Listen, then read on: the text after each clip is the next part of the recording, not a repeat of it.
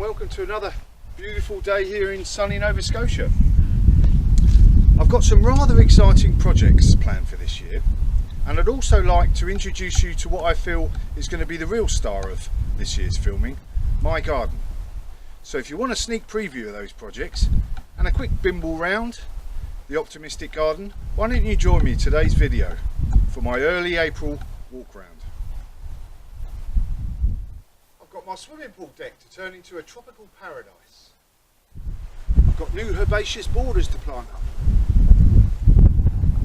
I've got this girt big monstrosity behind me to cover up with beautiful climbers and hopefully sunflowers all the way along. I've got this rock strewn piece of waste ground behind me to turn into a beautiful apple orchard, complete with paths, a wildlife garden with a little pond, and a little secret garden to sit down in a shady area and admire the hopeful beauty that's going to be in front of me. And of course, I've got my trusty fruit and veg beds to look after, and all those beautiful big fat hopefully fruit and veg to grow throughout the season. So why don't you join me for a more in-depth look around the optimistic garden.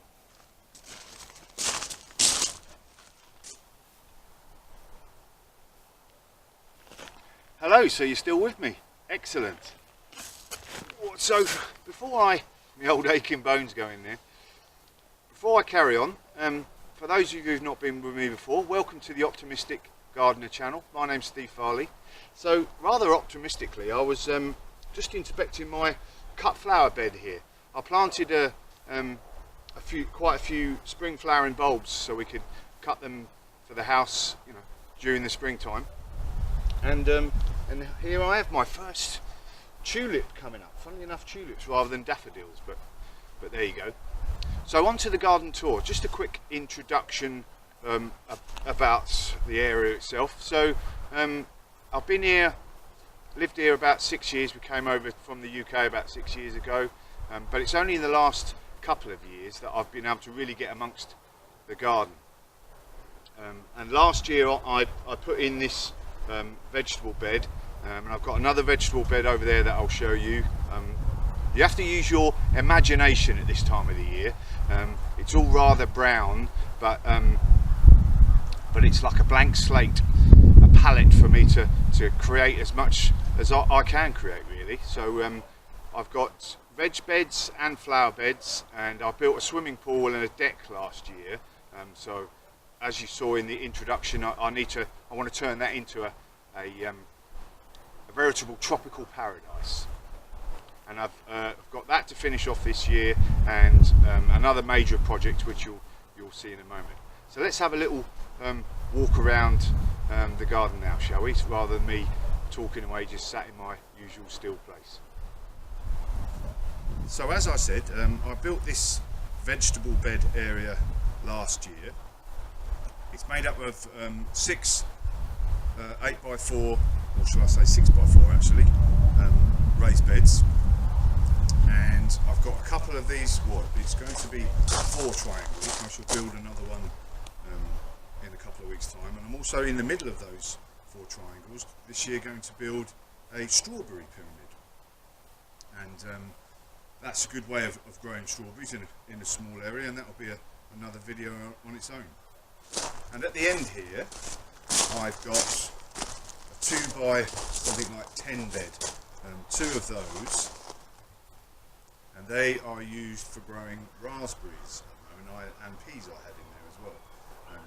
But this one here is raspberries, and we'll see what we grow in this one this year.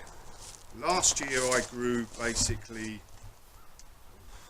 what didn't I grow? Potatoes, raspberries, strawberries, lettuce, rockets, or arugula as you guys in North America call it. Tomatoes, carrots, peas, yellow beans, purple beans, green pole beans, and a bean that no self-respecting Englishman would ever go without, which is scarlet runner beans, which I absolutely love. I can't even think about all the pumpkins, courgettes, I can't remember what you North Americans call zucchini, peppers, wash, lots of stuff, and I aim to grow, and most of that was grown quite successfully. So let's walk round to the, actually what I'm going to say here, so all the way around this bed area here, all the way around here, I'm going to grow a fence, not grow a fence, I'm going to put a fence in with a raised bed at the bottom, and I'm going to grow pear trees in an espalier fashion all the way around, so it could be like a living fence. So that's going to go, the fence is going to go all the way around with either pears or apples or grapevines going all the way around. So moving on past the scruffy shed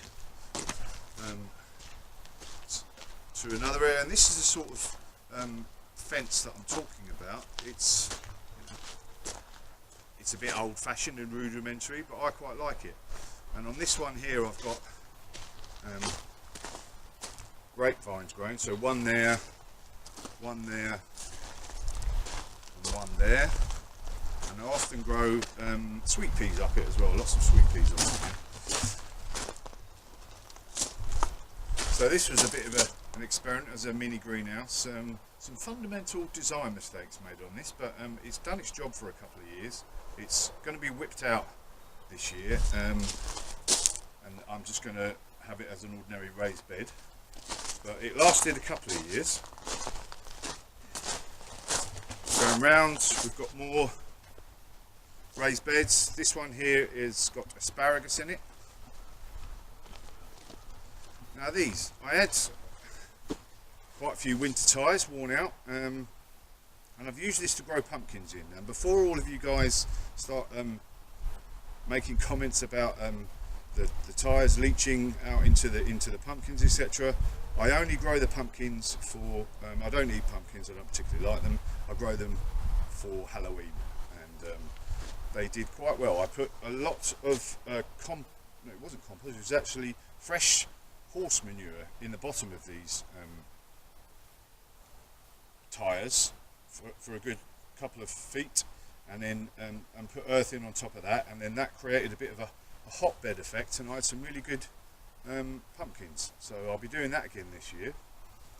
Here is I'm going to be doing a good experiment this year. I'm going to be growing potatoes in here, and one half I'm going to try and grow them just in seaweed, and the other half will have a mulch of seaweed, but it will be basically earthed up, etc.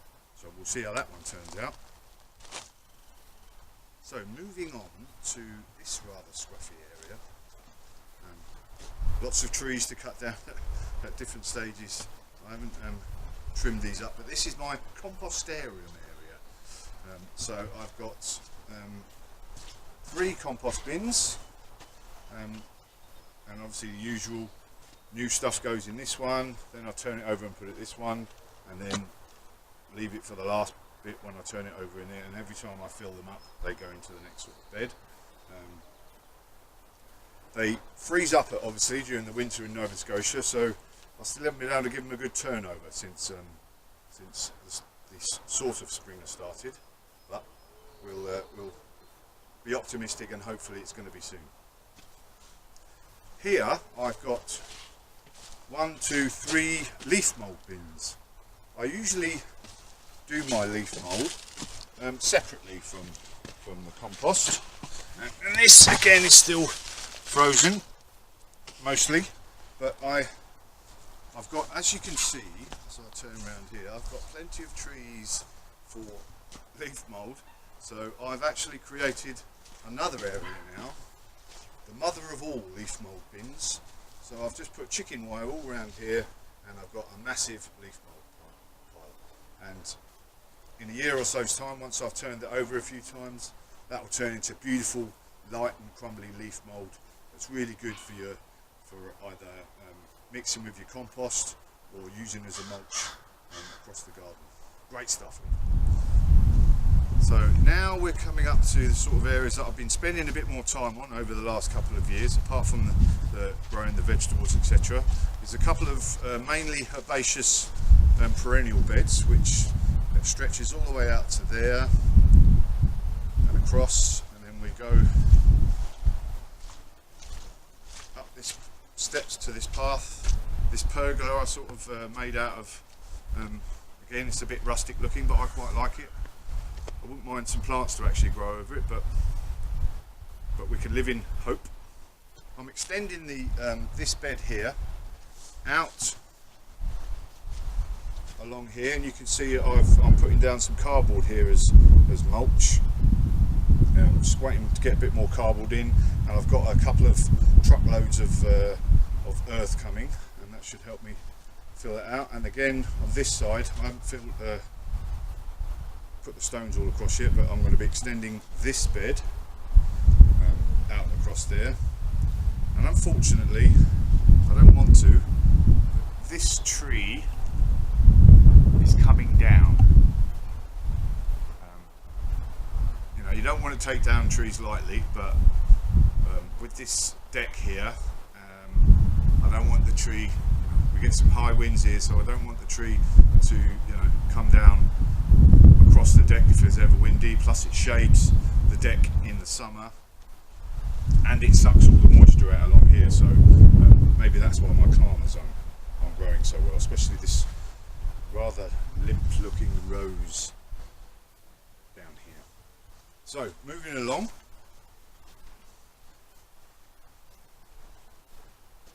into an area I'm rather proud of. So here is my swimming pool deck. Through the archway, this will have a gate this year onto the deck.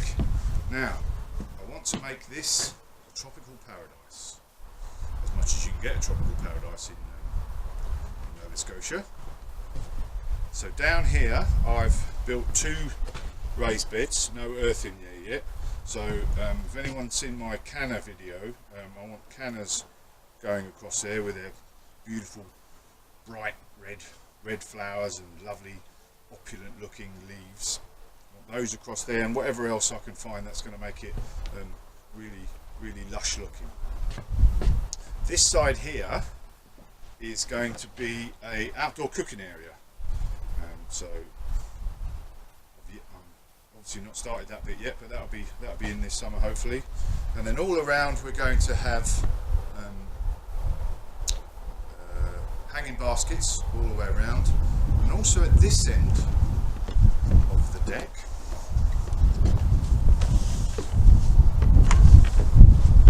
I've put in 2 beds, so 2 boxes really that go all the way down. I'm going to fill that round, stones in the bottom, and one there and one there, and have some sort of big large canna, or I was hoping to get a banana plant to maybe grow in the summer, but we'll live in hope on that one, definitely. I think I'm definitely being optimistic if I think I'm going to get one of them to grow. This bit's just the finish, but I've got you see trellis there, and I've built another little bed there, so I'll have some climbers growing up this area all along here. And again, more, I'll have pots and hanging baskets all along this back wall. So that is the swimming pool area. Quite proud of that actually.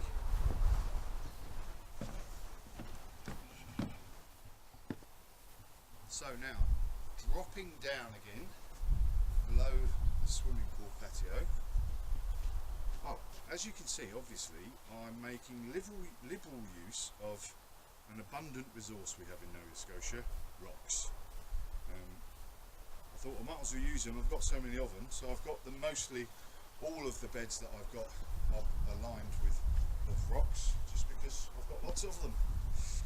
So here we go, dropping down to below the pool here. I'm creating beds all around here, so I'll have climbers coming up here, again more earth coming in to fill these beds out.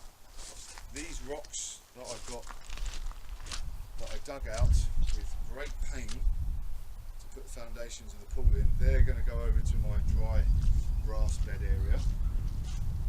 This great big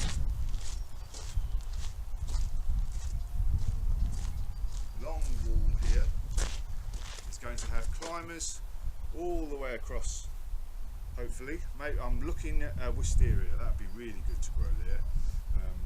But for this first year, I'm going to at least have fast growing climbers and sweet peas and a big row of sunflowers all the way across, and that should sort of break up the rather utilitarian look of this great big fencing and trellising here. And again, more rocks to line the bed, and that should look really good. And I'll dig that out, put some good compost in there, get some plants growing across there. That'll look really nice. I'm looking forward to planting that one up, and obviously that's going to be a video on its own. Still got the snow shovels on out here. I think tomorrow we're actually forecast 10 to 15 centimetres of snow, so springtime in Nova Scotia, right? So moving back again away from the veg bed area, across to my front garden. This is a bed that I sort of inherited when I came here, and I'm turning this into a nice, a grass with tall grasses, and lots of different grasses I want in this area, because that's my sort of living room there, and it's really nice to look down and see the movement of grasses, that sense of movement that grasses give you, even in the lightest of breezes. I always find that really nice and relaxing. So up this bank, which I'm going to cut some steps into, this is a really bland, not very nice lawned area. I'll say lawn, it's just, yes, we'll move on. This is going to be the major project of next year. This is going to be turned into a big formal garden with box hedging either side, and maybe a small fountain type pond in the middle with grass and lots of different areas to sit in. But this now we are moving into is my major project of this year. So let's have a quick explain on that. Right, so lots of imagination needed here. Now, there's going to be a row of yew hedging all the way down here, which will separate what I'm calling the orchard from what will be this formal garden area. Now, if you can imagine, you'll come through the gap in the hedging onto this what's the start of a pathway here, and here at the moment I've got 1, 2, 3, 4 apple trees and another one there, so they're going to be 5 normal size apple trees, and then there'll also be step apples, and across that back hedge there will be espalier apples, and I'll explain these in more detail in my actual orchard video that I will be doing to the introduction to this major project. And then here is going to be a little secret garden with this little path, a little courtyard here. Right where that space is, there's going to be a seat with a roof over it, so you can sit down in shady splendour and look out onto what will be the orchard. I'll have grasses, tall grasses either side to give that sort of, again, that effect of movement across there, and a bit of protection. There'll be some sort of trellis along this bit here, again to make it that secret garden, and this is all going to be white flowers all the way around here. And up here, we'll go along the path, and this will be path going into next door. I think I'll have an archway there, and if we move around this way, this is going to be a path all the way along the centre there, with step over apples either side, and across here is going to be a small pond, a little pond with a sort of wildlife area I think behind it, again just to get we want as much wildlife and bees and all that sort of stuff to come in as possible. Grass will be either side, with shrubs all along, and shrubs all along here. Coming back round, hope you're not feeling too dizzy. And then, like I said, they'll be hedging all the way across there to block us out, to have that sense of, oh, what's through that area? Let's have a look through that area. So, there was a little look round my garden, little tour around Farley Towers. Now, obviously, it's early April. You've got to use a bit of imagination to think that this sort of very drab, empty empty of plants really area is going to turn into some sort of beautiful garden later on in the season. And I can almost feel some of you through the camera thinking, yeah, he's definitely optimistic if he thinks that's going to be some sort of inspiring garden. But stay tuned. You know, I'll be starting on the orchard project in a couple of minutes, and this vegetable garden will soon be firing up the shoots. And if this rather smelly pile of manure below me is anything to go by, there'll be some real rocket fuel goodness to fire up my veg patch into producing that, like I say, big fat juicy fruit and veg later on in the season. So if you like this video and you want to stay updated, you know, click subscribe below and have a look at some of my other videos that are, I think, coming up in the top of the screen there. And let's get going. I'm raring to go. Even though we're going to get 15 centimeters of snow tomorrow, that will soon be gone in a couple of days, and I can start firing on these projects and keep you guys updated. Anyway, without further ado, I'm the Optimistic Gardener. Goodbye.